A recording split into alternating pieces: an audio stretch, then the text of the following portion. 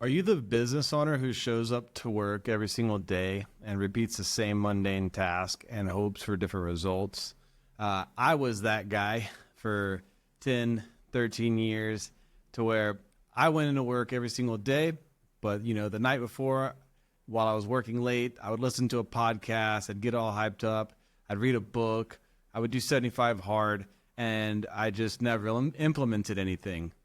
So if you're that business owner who feels like you're just trapped in the rat race, this video is for you.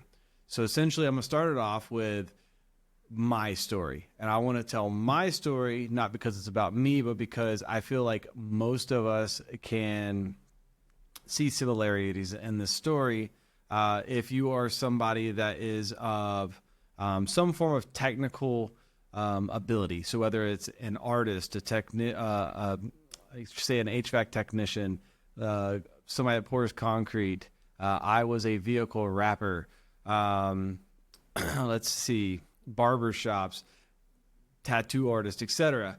Essentially, anybody that's incredibly talented at their specific field, and odds are you probably used to work for somebody in that particular field, and then you decided to start your own business because you can do it better than the boss. But what you didn't realize is there's things on the boss side that you're not able to do because you've never been taught.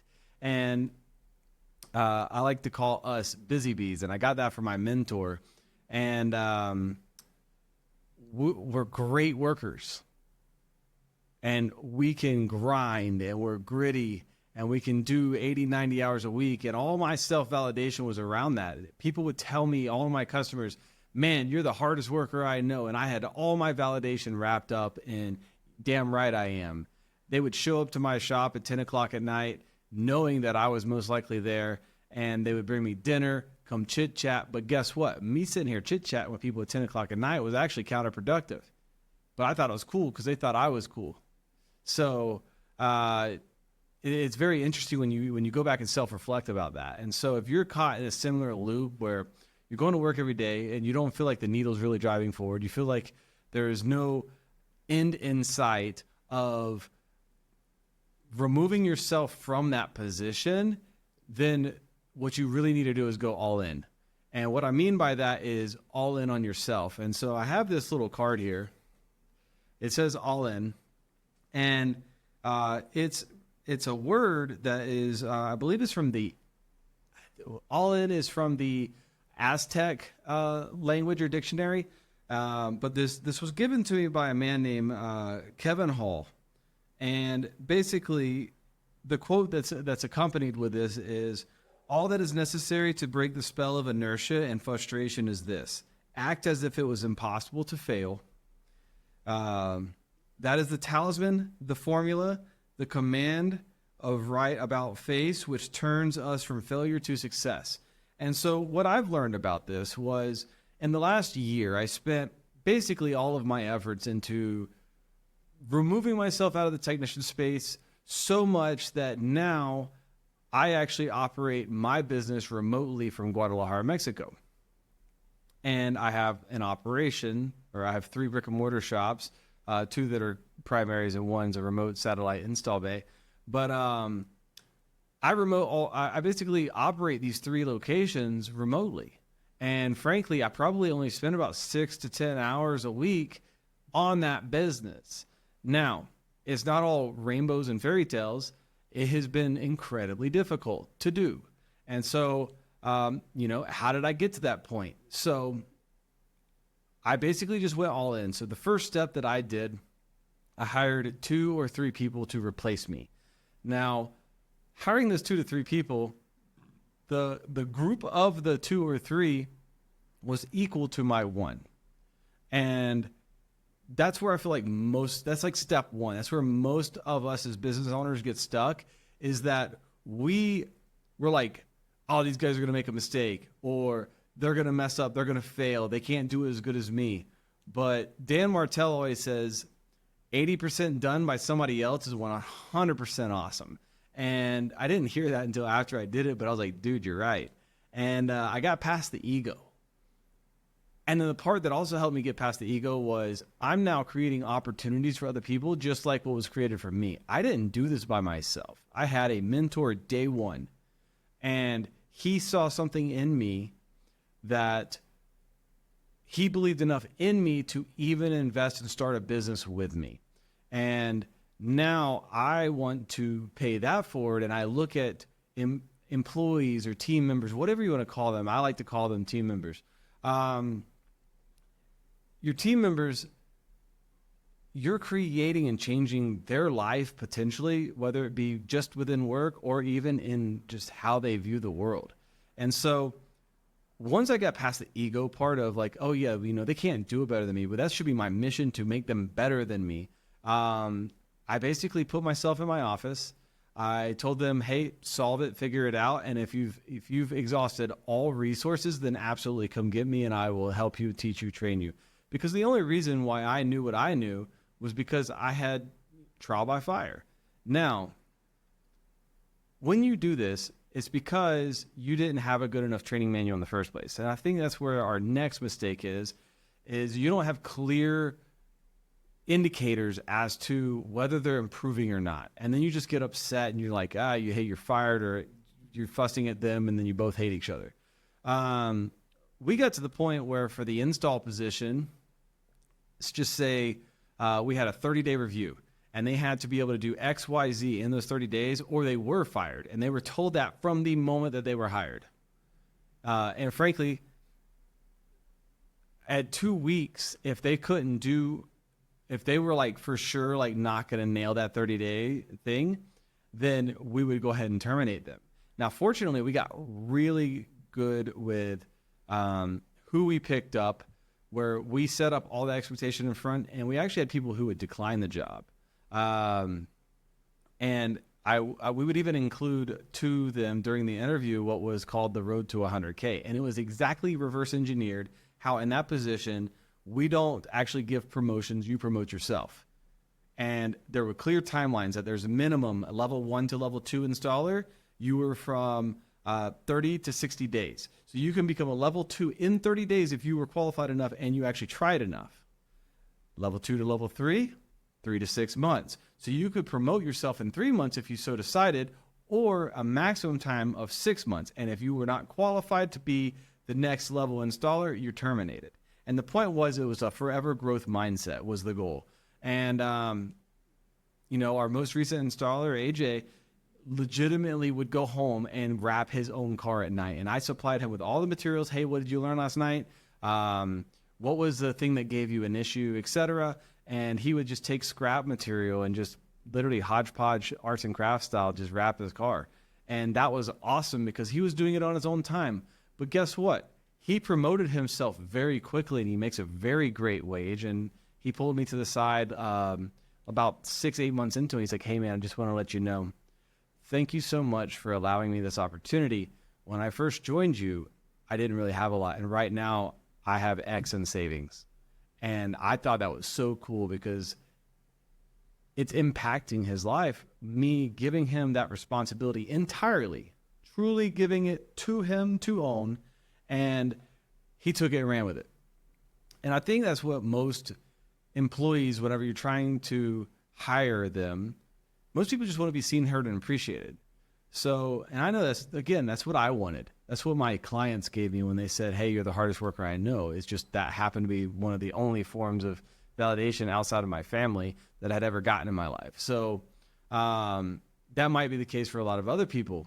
I feel they get stuck in the technician role.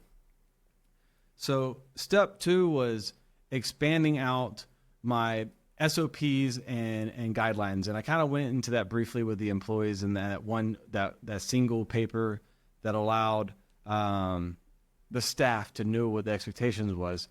But to actually map out your business and create a GPS to where everybody's on the same page of exactly what steps are we doing, where in the process, and how are we doing it. And I struggled with this for months. I hired an integrator coach to try to, teach me a lot of this stuff. He definitely expedited that. But the one thing I got that was very indirect, it was through building automation, I learned how to map things out on a whiteboard. And so I started seeing website builds and marketing plans and funnels and I'd see this whole map and it showed you the whole picture of what was happening. And I'm like, why don't we do this with our business?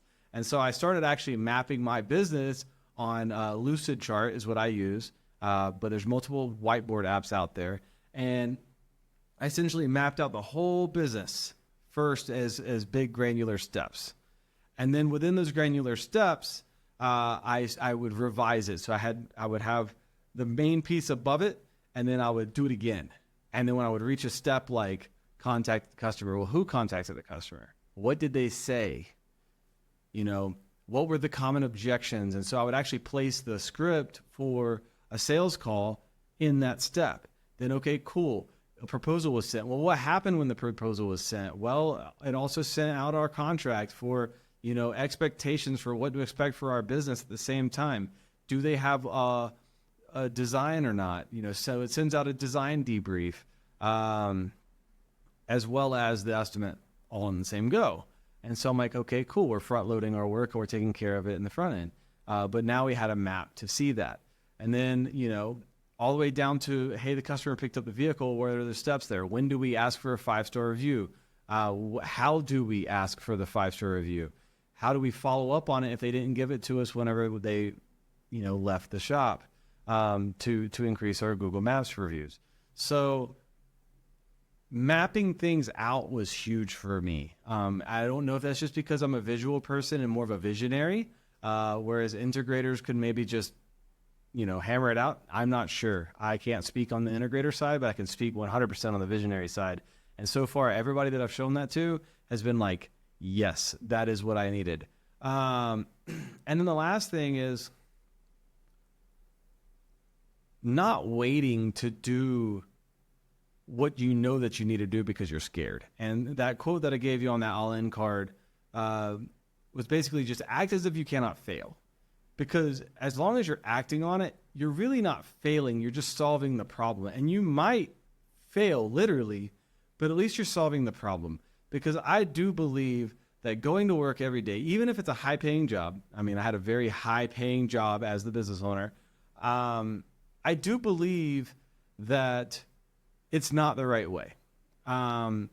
It's very selfish. You're not giving anybody else opportunity. Now that I'm on the other side of it, you're not creating opportunity for others. You're hoarding it for yourself. You're also hoarding all of your time and not distributing it to other people in your circle and family and friends, etc. And that may seem like you maybe like that at first because you're building something, but you might be. It needs to be a season, is my point. You need to be in a season of growth to where you have a timeline to which that season ends, and then you can enjoy a moment. And then if you want to go into another season again, you can. But if you just do it the way I did, I do feel that you're going to regret quite a bit of it because, I mean, I did it for 9 years straight. I sacrificed everything. I was so extreme that I even validated my reasons for like not going to family reunions, or validated not seeing my dad off when he would go off to overseas because he was in the military. I remember sending my dad a photograph of a very large check, and I said, hey, I just want to let you know it wasn't for nothing. And that check was paying off my house. How messed up is that he's going overseas and could die, and I validate, hey, I'm so sorry I missed you leaving, with money. I just think, like, looking back at it, I've spent a lot of time with myself, and it's messed up. And so if you've made it this far in this video, I want to talk about some of the ways that I removed myself and forced myself to remove myself. I feel that a lot of entrepreneurs, they have to go through something traumatic in order to remove themselves from the breadwinner role, which is, you know, the technician and the fulfillment side of things. And so what I did was, at the time I was 300 pounds and I thought I had it all. There's a pretty gnarly photo somewhere. Maybe I'll share it with you guys sometime. But I was 300 pounds and I was unhappy. And I decided to join a mastermind group. And so this one actually, Real Business Owners. And in that group, Trevor Cowley, he had challenged me to, well, first we all challenged ourselves to like a 75 hard type thing. And so I did 75 hard. I think I started it right when the group started. And around, once I completed day 75, Trevor had asked me, what do you plan on doing with yourself now that you're done with 75 hard? And I was like, I think I'm going to do it again with the Rap IQ group, which is a mastermind within the rap industry. And I think I'm going to just rock and roll with that. And he goes, don't. He goes, remove all the dopamine, do it for you, and just do something you hate. And I was like, okay, what do you mean by that? And he's like, well, what do you hate doing? I was like, I am not a runner. And at the time I was like 230, 240. And he goes, there you go. There's your workout. Well, I can tell you that in 1 year, a year and a half's time, in that running, what it did is I was working out 2 times a day. It removed me from my shop. My team had to do things without me, but it also allowed me time to like decompress and think about the business and think about what we're doing wrong, or hear a problem and like really digest that down to where what was the root problem causing that issue. And so it doesn't have to be running, but it was basically just doing something that wasn't work. And it took my mind entirely off of physically completing the work and all the little micro problems that went with that to seeing a bigger picture. I was removing myself. I was watching all the components of my shop moving, but like it got to the point where I'd hear a problem and I'm like, okay, that's the solution. Like, let's just do it. And then also let's just fix it this way. And I don't want to hear about it again. And so solving problems became exponentially easier once I removed myself from the business. And then it became more of a problem of like cash flow and keeping up with the expenses that it cost to remove myself. But I just stayed double down on that. I just basically decided that I was buying all my time back. And so in buying my time back, it allowed me the opportunity to think grander and bigger and solve problems to a deeper level. And then again, you're affording the staff opportunity. And so I started running. And then I noticed that as my weight went down, my authority with my team went up and my respect level for my team to me went up. When I said something that overall it was respected and was like, all right, let's do this because he means what he says. And it was really awesome to see because I wasn't respecting myself. How is somebody going to respect a leader who isn't taking care of themselves? So if you're currently going through this situation where you're trying to scale your company, just know it's going to be incredibly difficult. Like everybody tells you this, but like it's incredibly hard to remove yourself as the technician role. But I feel like it's not as hard as the other side of it, which is grinding away as the technician until you're 60 years old. Hopefully you've got a retirement. Maybe your body starts to break down and then you can't do it anymore. Obviously it's more like 45 really, but you start to get like 45, 50 years old. Your hands are cramping, your back is hurting. Who's going to take care of you? You never really learn the skill of leading anybody else. And then you're going to be in a way almost entitled because you're like, well, he hasn't earned it the way I did. Nobody cares. Nobody cares how you earned it. You earned the hard way because you chose the hard way. If somebody chooses to work smarter than you, then that's their prerogative. So, yeah, go all in on the rest of this year. You got, a good 6 months and a week for the rest of this year to go ahead and start your New Year's resolution now. And I do want to know in the comments, what are you right now going through in your business? And maybe we'll touch on that in the next video. And basically the way I'm going to do it is whichever comment is liked the most, I will touch on that topic. So thank you so much for watching and giving me 20 minutes of your time. And I'm looking forward to procuring the next video. We'll see ya.